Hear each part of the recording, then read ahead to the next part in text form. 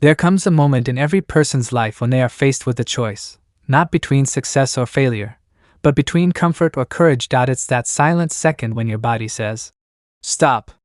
You've done enough." But your soul whispers, "Keep going." That moment defines everything that comes next. Most people give in to comfort. A few keep moving. Those few change their lives.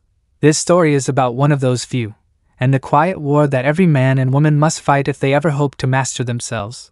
The war you can't see. Michael was an ordinary man. He worked hard, paid his bills, and dreamed of something more, a business of his own, a life where he could call the shots. But every night, when the lights went out, a battle began inside him. He wanted to believe he could build something great, but doubt had a voice that never stopped talking. "You're too late. You don't have what it takes. You'll fail just like last time." Those whispers came from the darkest corners of his mind, the same shadows that live inside all of us.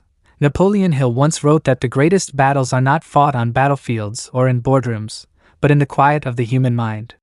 That's where success is born, or lost. Michael didn't understand that yet. He thought his problems were out there, his boss, his job, his lack of money. But the truth was simpler and harder. His real enemy lived inside him. The voice of comfort. Each morning, Michael's alarm would ring at 5 a.m. He had promised himself he'd wake early to work on his business plan before heading to his job. The first few days he did. But then came the excuses. "It's too cold today. I'll start tomorrow. I need more sleep to think clearly." The human mind is clever. It can dress excuses in the clothes of logic. But comfort is a liar. It whispers safety while it steals your potential. Hill often said, "Your only limitation is the one you set up in your own mind." Michael was setting them up every morning, invisible walls that kept him small. He didn't see it as quitting. He called it resting. He didn't call it fear. He called it being realistic. But every small surrender was a brick in the wall separating him from his dream. A night of realization. One evening, after another long day at work, Michael sat in his car, staring at the dashboard. The radio was off. The city lights flickered in the distance. He felt empty, not because he was poor, but because he was stuck. He had read motivational quotes, watched speeches, listened to podcasts. Yet here he was, still in the same job, still living the same story. Something inside him snapped that night. He realized the truth Hill had written about nearly a century ago. If you do not conquer self, you will be conquered by self. The war he needed to fight wasn't against his circumstances. It was against his own mind, his doubts, fears, and laziness. That was the first night he decided to fight back. The first battle. The next morning, the alarm rang again at 5 a.m. He didn't feel ready. He didn't feel motivated. But he forced himself to get up anyway. He brewed coffee, opened his notebook, and began writing his plan. It wasn't perfect, but it was something. By 7 a.m., he had finished 2 pages. He felt proud. By 9 a.m., as he drove to work, that pride faded, replaced by doubt again. What if this doesn't work? What if I'm wasting time? But he remembered something Hill had said. Do not wait, the time will never be just right. Start where you stand. So Michael kept showing up, every morning, before sunrise while the world slept. The struggle weeks turned into months. The results were small, almost invisible. Sometimes he felt like a fool. His friends laughed when he told them he was working on a business before work. "You're killing yourself for nothing," they'd say. But he didn't stop. Every morning he faced that same invisible wall, fatigue, doubt, fear. Every morning he climbed over it. That's the secret Hill tried to teach the world. Success is not about one big leap. It's about 1,000 small victories. One morning at a time, one act of discipline at a time. Each time Michael resisted comfort, he grew stronger. Each time he pushed through pain, his confidence expanded. Each time he silenced his inner critic, his spirit rose a little higher. He began to understand that the mind can be trained like a muscle. The more you challenge it, the stronger it becomes. The turning point. One morning, while reviewing his notes, he noticed something. He wasn't just planning anymore. He was executing. He had built a simple website for his new project. He had reached out to potential clients. He had even made his first small sale. It wasn't much, but it was proof that persistence works. And more importantly, something inside him had changed. The same man who once hit snooze now woke before the alarm. The same man who once doubted himself now looked in the mirror and said, "Let's go." He realized the world outside hadn't changed, he had. And when you change inside, the world slowly rearranges itself to match your new strength. Lesson of the battle within. By the time Michael looked back, he saw the pattern clearly. Every victory in life begins in the mind, long before the results appear in reality.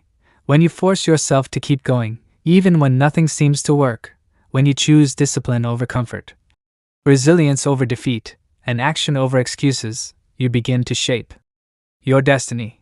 This was what Napoleon Hill meant when he said, "Every adversity, every failure, every heartache carries with it the seed of an equal or greater benefit." Michael wasn't just building a business. He was building himself, and that was the greatest victory of all. To be continued in the next part. The weight of endurance.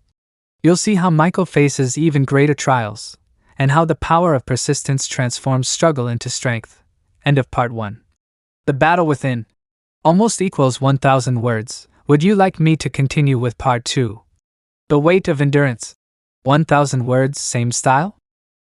Part 2. The power of repetition. Hook. The secret no one talks about. Everyone wants success. Few are willing to do what it truly takes to earn it. Most people search for magic formulas. A lucky break, a sudden opportunity, a moment of brilliance.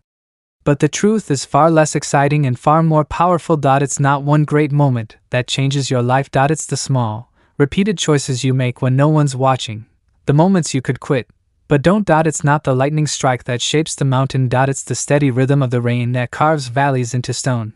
And that same rhythm, of effort, of discipline, of daily action, is what builds greatness.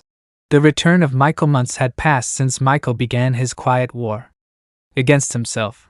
The inner fight that started when he refused to hit snooze and decided to wake up early for his dream. At first, progress was slow. Nothing seemed to happen. His website barely had visitors. His savings were shrinking. He was still working long hours at his job, and sometimes he wondered if he was chasing an illusion. But something inside him had changed. He had learned the first lesson of mastery, that success doesn't come from one big victory. It grows from repetition, from showing up every single day, even when it feels pointless. He remembered something he had read from Napoleon Hill. Persistence is to the character of man as carbon is to steel.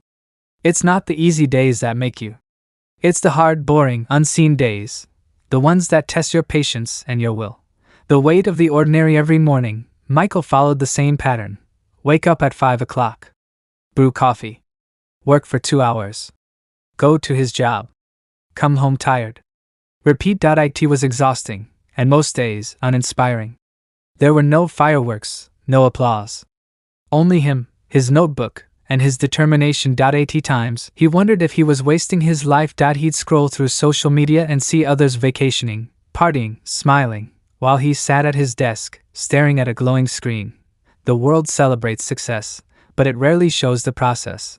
The process looks like silence, solitude, and repetition. Still, Michael kept going. Why? Because he had learned that motivation fades, but discipline endures. He wasn't chasing excitement anymore. He was building a foundation.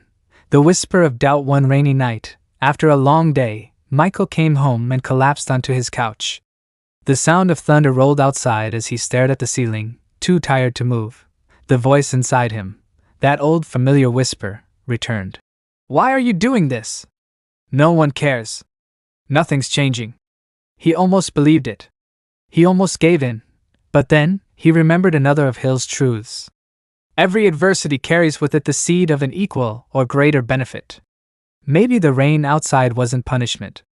Maybe it was a reminder that growth is slow, but it never stops. Even storms have a purpose. So he got up, turned off the TV, and opened his laptop again. He worked another hour that night. Just one more step. Just one more act of defiance against comfort. The hidden power of routine. Weeks turned into months. The strange thing was, the work that once felt hard now came easily. He didn't have to fight himself to wake up anymore. His body moved on its own. His mind was sharper, his focus stronger. That's when he understood what repetition truly does. It transforms your identity. He was no longer a man trying to build discipline. He was disciplined.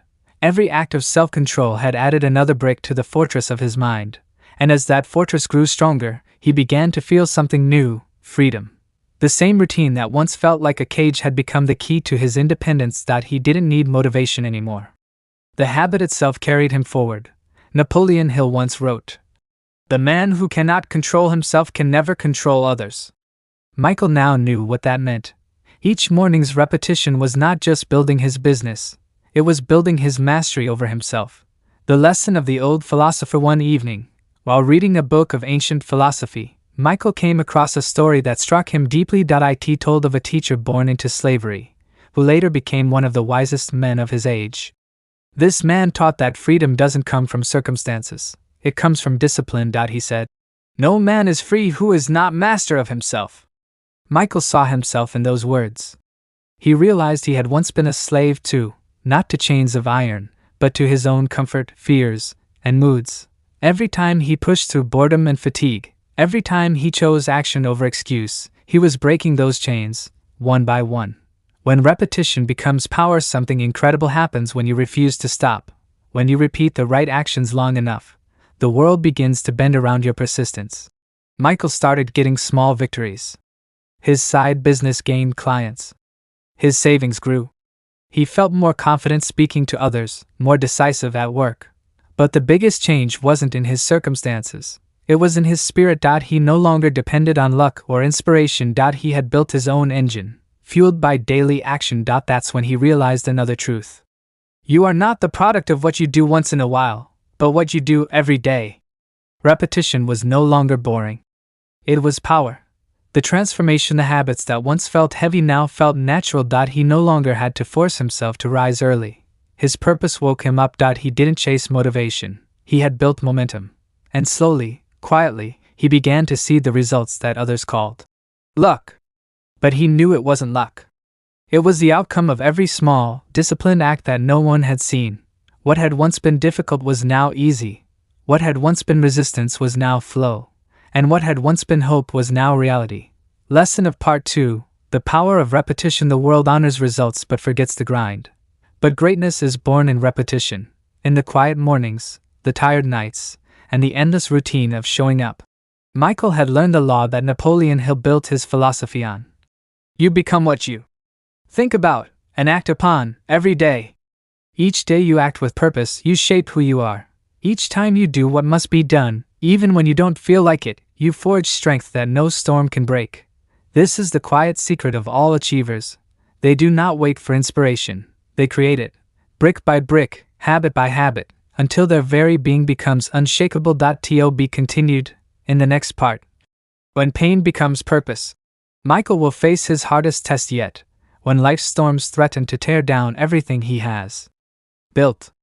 But in the fire of pain, he will find his greatest strength.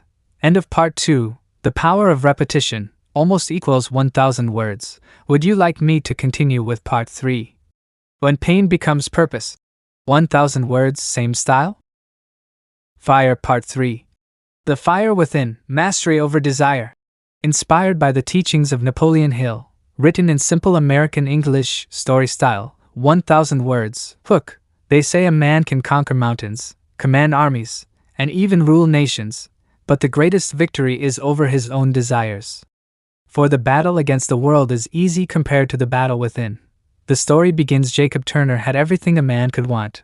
At least, that's what people said. He owned 3 car dealerships across the Midwest, a big house overlooking the river, and a red sports car that caught eyes wherever he went. To the world, Jacob was a success story, living proof of the American dream. But late at night, as the city lights flickered outside his window, Jacob felt something missing, an emptiness that no amount of success could fill. Every new car, every deal, every luxury, they gave him a high that faded faster each time. He would pour himself a drink and stare at his reflection, wondering, why am I still not happy? He didn't realize it then, but Jacob was a slave, not to anyone else, but to his own desires. The endless chase. It started small. He wanted to build 1 business, then 2, then 3. He wanted recognition, applause, admiration. He craved the thrill of being envied. Each victory made him hungrier, not happier.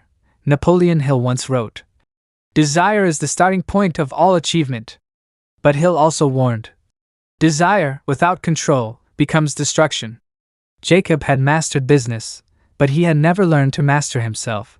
His desires had turned from goals into chains, golden, shining, and heavy. The turning point one night, Jacob's mentor, an old man named Henry who had guided him from his first job, came to visit. Henry was calm, content, and lived in a modest home filled with books instead of trophies. Over dinner, Henry asked, "Jacob, when was the last time you felt truly at peace?" Jacob hesitated. "I don't know. Maybe years ago." Henry nodded slowly. "Then maybe it's time to stop chasing what you already have." Jacob frowned. "What do you mean?" Henry leaned forward. "You think happiness is somewhere ahead, in the next deal, the next win. But peace isn't waiting out there. It's right here inside you. You just can't see it through the smoke of your desires." The words hit Jacob like a quiet thunderclap.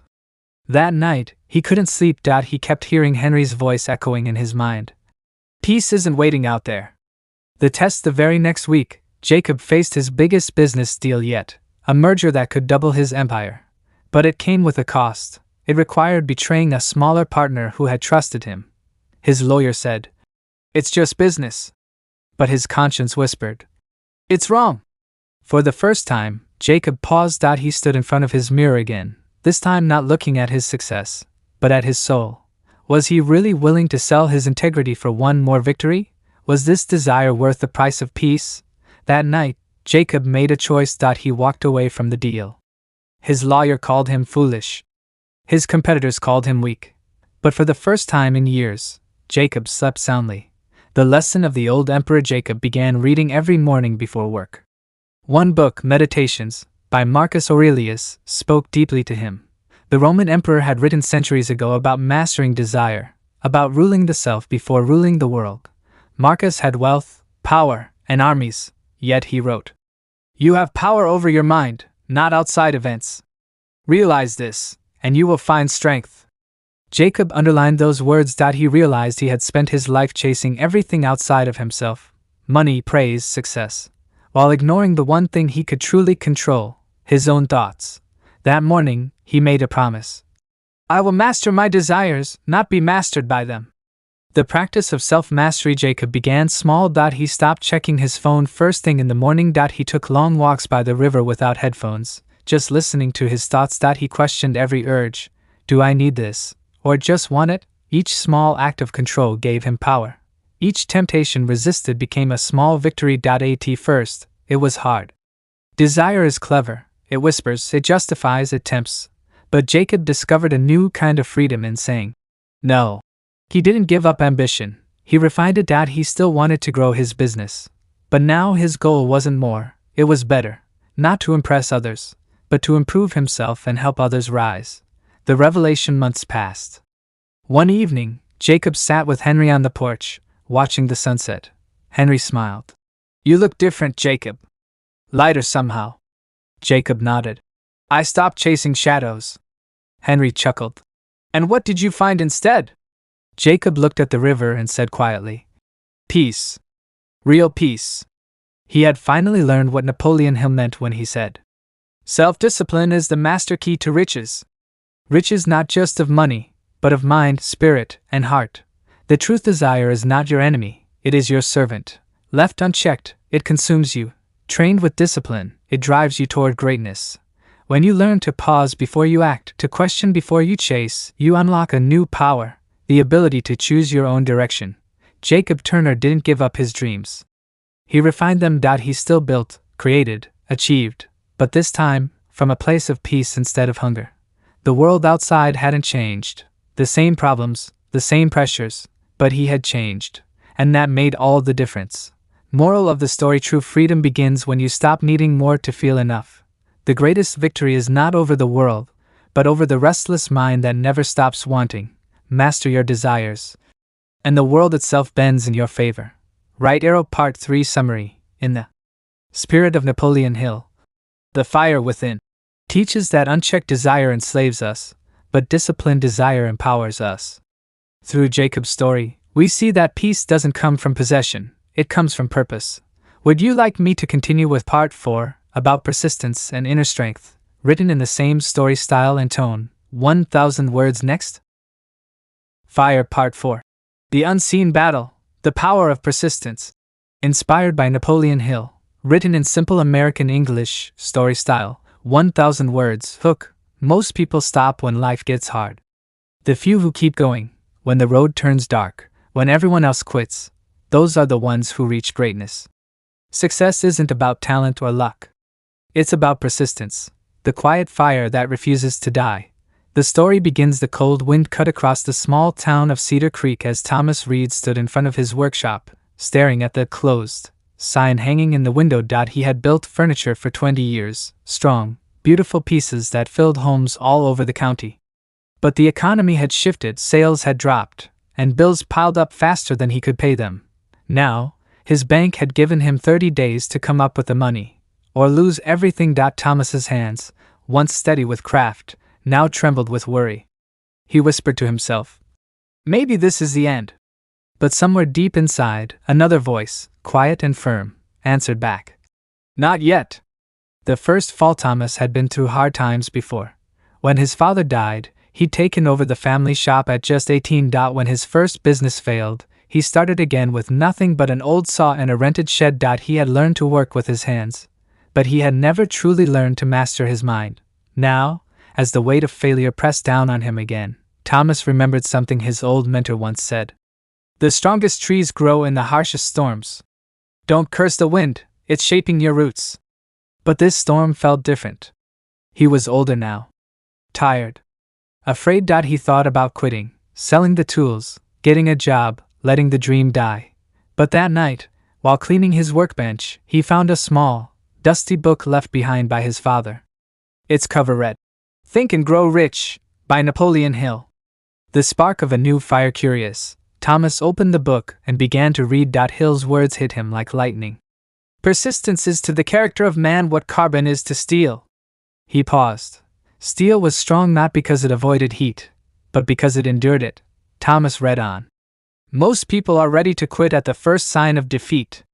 But every failure brings with it the seed of an equal or greater success." He closed the book, sat in silence, and said aloud, "If others can rise again, so can I." That night, Thomas made a promise to himself. He would not quit, no matter how hard it became. He would persist until something changed. The hard road back. The next morning, Thomas walked into his workshop with renewed purpose. He wrote one sentence on a scrap of wood and nailed it above his workbench. "I will persist until I succeed." He began visiting old customers, offering to repair their furniture for free, just to rebuild trust. He posted photos of his work online. He talked to local stores, offering custom designs on credit. Days turned into weeks. The money didn't come quickly. The nights were long. Doubt whispered, "You're wasting your time." But every time that voice appeared, Thomas opened Hill's book again. One line guided him through the dark. "A quitter never wins, and a winner never quits." So he kept going, one chair, one table, one sale at a time. The test of faith. 2 weeks before the bank's deadline, Thomas got his last hope, a large order from a hotel chain. It was his chance to save everything. He worked day and night, sleeping only a few hours. His hands blistered, his back ached, but he refused to stop. On the final night before delivery, a storm rolled through Cedar Creek. The rain came hard, the wind howled, and lightning struck the power line near his shop. When he returned in the morning, smoke still hung in the air. The roof had been damaged, several tables burned. Thomas fell to his knees. His dream, his second chance, was in ashes. He wanted to scream. To quit. To give up completely. But as he stood in the ruins, he noticed something half buried under the ash. His father's old book, singed but not destroyed. The page open read, "When your desire is strong enough, you will appear to possess superhuman powers to achieve it." Thomas wiped his tears, stood up, and whispered, "Then let's see how strong I really am." He borrowed tools, rebuilt what he could, and delivered what was left of the order, late, imperfect, but honest. The unexpected reward. A few days later, he received a call from the hotel's manager. Thomas braced himself for anger. Instead, the manager said, "Your story reached us. The craftsmanship is remarkable, even after what you went through. We'd like to place a larger order, if you're willing." Thomas could barely speak. That one act of persistence had saved his business, and opened doors he never imagined. Within months, his workshop was busier than ever. People didn't just buy his furniture, they admired his resilience. He had learned what Hill meant when he said, "Temporary defeat should be viewed only as a step towards success." The lesson: one evening, Thomas sat outside his rebuilt shop, watching the sunset glow across the wood he had shaped with his hands. He thought back on everything: the loss, the fire, the failure, the long nights. He realized none of it had broken him. It had built him. Persistence hadn't just saved his business, it had changed him. He was no longer afraid of failure because he had already faced it and survived. He whispered to himself, "The real power isn't in the tools, it's in the will." Moral of the story: Napoleon Hill taught that persistence is the foundation of all achievement. Talent may open a door, luck may light the path, but only persistence keeps you walking when the road disappears. Thomas's story is every person's story. Life will test you. Plans will fail. People will doubt you. But if you keep moving forward, step by step, day by day, the impossible begins to bend in your favor. Success doesn't come to those who start fast. It comes to those who never stop. Final words: the fire that burns the longest is not the brightest, it's the one that refuses to go out. Be like Thomas. When life knocks you down, stand again. When the storm comes, rebuild again. Because persistence, as Hill said, is the bridge between dreams and reality. And once you cross it, nothing can ever defeat you again. Would you like me to continue with part 5? The power of faith and vision. Next, in the same Napoleon Hill style story format, 1,000 words. Fire Part 5. The power of faith and vision. Inspired by Napoleon Hill, written in simple American English story style, 1,000 words. Hook. Before any great success ever appears in the world, it is first born in the mind. Every bridge, every business, every dream, began as an invisible picture inside someone's imagination. Faith and vision are the twin engines that turn that invisible picture into something real. The story begins: it was a cold morning in Chicago when Eleanor Hayes stared at the blank page before her. The rent was overdue, the refrigerator nearly empty, and the manuscript for her book, a story she had poured 2 years of her life into, sat unfinished. Her friends told her to give it up, to get a real job. Publishers had rejected her 4 times already. Each letter had said the same thing in different words. Thank you, but no. That morning, she wanted to quit more than anything. But she remembered the words of her grandfather, who had once handed her a worn copy of Napoleon Hill's Think and Grow Rich. He had said softly, "Eleanor, the world belongs to those who can see what isn't there yet." Now, sitting in that tiny apartment, those words came back to her like a whisper from another world. The birth of vision. Eleanor closed her eyes and saw it clearly. The finished book, sitting on shelves, changing lives, inspiring others. It wasn't real yet, but she could feel it. She could see people reading her words, smiling, crying, finding hope. For the first time in weeks, her heart began to beat with excitement instead of fear. That was the moment she decided she would not stop until her vision became real. She taped a note to the wall above her desk. It read, "Faith is seeing the invisible and believing it until it becomes visible." Every morning, before writing, she read that note out loud. At first, it felt silly. She didn't have money, a publisher, or any reason to believe she would succeed. But she remembered Hill's teaching. Whatever the mind can conceive and believe, it can achieve. So she trained her mind to believe. The invisible force. Faith, Hill wrote, is not a wish. It is a state of mind that turns thoughts into power. Eleanor began practicing what he called autosuggestion, feeding her mind with positive, definite thoughts. Each night, she looked into the mirror and said aloud, "My book will be finished. It will help people. It will find its readers. I will not stop until it does." At first, she felt foolish. Then, slowly, something inside her shifted. The fear that had once paralyzed her began to fade. The doubts that had screamed in her head grew quiet. She began writing again, not with desperation, but with determination. Words that once took hours began to flow easily. Ideas connected. The story started to breathe on its own. Faith had changed her energy. Vision had given her direction. The test of belief. Weeks turned into months. Eleanor finished her manuscript and mailed it out to 5 publishers. One replied. Then 2. Both rejections. She felt the old pain return, doubt whispering, See? You're wasting your time. But instead of giving in, she did what Hill advised. She read stories of others who had persisted. She learned that Thomas Edison had failed 1,000 times before inventing the light bulb. That Abraham Lincoln had lost multiple elections before winning the presidency. Hill wrote, "Every adversity carries with it the seed of an equal or greater benefit." So she told herself, "Each no brings me closer to the yes." She refined her manuscript, made it sharper, clearer, better. She sent it again, to 10 more publishers, and while waiting, she didn't sit idle.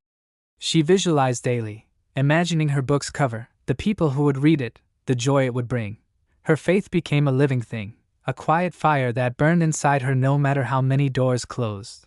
The breakthrough moment one rainy afternoon, as she sat editing another chapter, her phone rang. "Ms. Hayes," the voice said. "This is Daniel Brooks from Maple House Publishing. I've read your manuscript. I believe it has something special. I'd like to meet." Eleanor froze.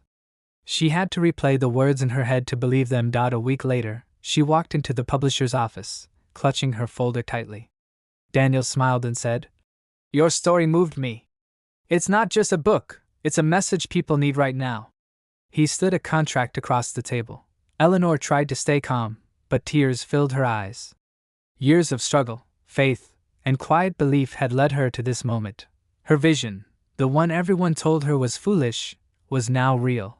The ripple effect. The book was published the following spring. It didn't become an overnight bestseller. It didn't make her rich instantly, but it reached people. Letters began to arrive, readers thanking her for giving them hope through hard times. One woman wrote, "Your story helped me start again after I lost everything." Eleanor realized something profound. Vision isn't about personal glory. It's about service. Napoleon Hill taught that faith connected to purpose creates a magnetic force that draws success. Eleanor's faith had done just that. It had drawn people, opportunities, and meaning into her life. Her success wasn't luck. It was the result of clear vision, backed by relentless belief. The deeper lesson, Hill once said, "Faith is the eternal elixir which gives life, power, and action to the impulse of thought." Eleanor understood that now. Faith isn't just hope, it's disciplined imagination. It's the act of seeing the future so clearly that your present reality begins to bend toward it. Most people wait to believe until they see results. But the masters, those who achieve great things, believe first. Eleanor didn't wait for proof. She created it. And that, Napoleon Hill would say, is the true secret behind every dream that becomes real.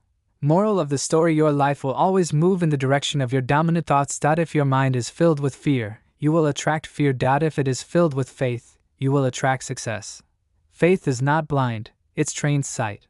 Vision is not fantasy, it's focused imagination. When you hold your dream with unshakable faith and work toward it daily, you begin to command unseen forces. Opportunities appear. The right people arrive. Paths open that you never saw before. As Hill taught. When faith is blended with purpose and persistence, it becomes an unstoppable force. Final words: Eleanor's story is proof. The dream doesn't fail because it's impossible. It fails because we stop believing too soon. When the road is dark, keep your eyes on your vision. When doubt whispers, answer with faith. And when the world tells you no, remember, it only takes one yes to change everything. So hold your dream tight, believe deeply, and move forward boldly. Because faith and vision, together, can move mountains. Would you like me to continue with part 6, final part? The mastermind. The power of alliance and purpose. In the same tone, 1,000 words, and with a motivational call to action at the end? Fire Part 6. The mastermind. The power of alliance and purpose. Inspired by Napoleon Hill. Simple American English, story style, 1,000 words, with call to action, hook. No one climbs a mountain alone. Behind every great dream that became real, there was always a team, a circle of minds united by purpose. Napoleon Hill called it the mastermind, and it is the hidden force behind every lasting success. The story begins: the winter wind howled through the windows of a small coffee shop in Boston. Jack Turner sat in the corner, his head in his hands, staring at a spreadsheet that made no sense anymore. 2 years ago, he'd started a tech company with a dream to create something meaningful, an app to help young people manage their money wisely. But now the company was barely surviving. His savings were gone, investors were backing away, and his confidence was breaking. He had the skills, the drive, and the dream, but he was alone. That night, as he walked home, his mind replayed a line he had underlined in his old copy of Napoleon Hill's Think and Grow Rich. No individual has ever achieved lasting success without the cooperation of others. He stopped in his tracks.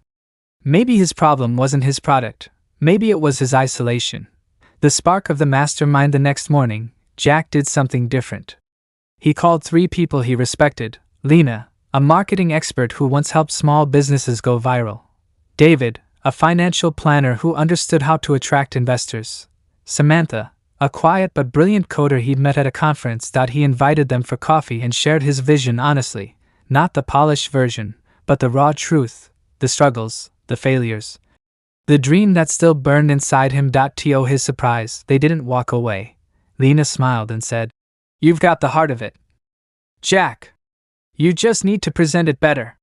David nodded. "Your financial model's weak, but that's fixable." And Samantha added softly, "The app's potential is real. I can help you refine it." That moment marked the birth of something powerful: their mastermind alliance. The power of many minds. Napoleon Hill described the mastermind as the coordination of knowledge and effort in a spirit of harmony between 2 or more people for a definite purpose. What he meant was simple: when people unite under one goal, a new energy forms, something greater than any one person's mind. Jack soon began to feel it. Each week, they met in that same coffee shop. Ideas started bouncing like sparks. Problems that once seemed impossible began to untangle. Lena's creativity inspired Jack's logic. David's precision balanced Samantha's imagination. Together they formed what he'll call the third mind, a collective intelligence greater than the sum of their parts. The meetings became electric. They challenged each other, supported each other, and refused to let one another quit. Slowly, the app improved. The business plan tightened. Confidence returned. The turning point: one evening, after months of relentless work, they presented their updated app to a group of local investors. This time, the room felt different. The presentation was clear, the story compelling, the numbers solid. When they finished, there was a pause, and then applause. A week later, an investment firm offered them seed funding. Jack couldn't believe it. He had gone from near collapse to a second chance. But deep down, he knew what had changed. It wasn't luck or timing, it was people. It was the alliance. As Hill wrote, 2 or more people actively engaged in pursuit of a definite purpose with a positive mental attitude constitute an unbeatable force. That force had turned Jack's failure into momentum. The hidden lesson of success. Months passed. The company grew. The app began spreading across college campuses, helping thousands of young people manage their money and plan their futures. Jack was now leading a team of 50, but he never forgot those first 3 who stood by him. He often told new hires, "We're not just a company. We're a mastermind in motion." He had learned something that books could only hint at: success is not a solo act. It's a symphony. The strongest minds are not those that dominate others, but those that unite with others. The weak leader says, "I'll do it myself." The wise leader says, "Let's do it together." Every time Jack faced a new challenge, he called his team, not just to talk about problems, but to think together. He had learned that one idea, shared and expanded by multiple minds, could multiply its power 1,000-fold. Faith, vision, and the mastermind. Napoleon Hill taught that faith, vision, and the mastermind formed the triangle of achievement. Faith gives you belief, vision gives you direction, and the mastermind gives you momentum. When these 3 align, your life begins to move with purpose and force. Jack's dream had started as a flicker of hope, one man and an idea. But it grew into something far greater, because he aligned himself with others who believed too.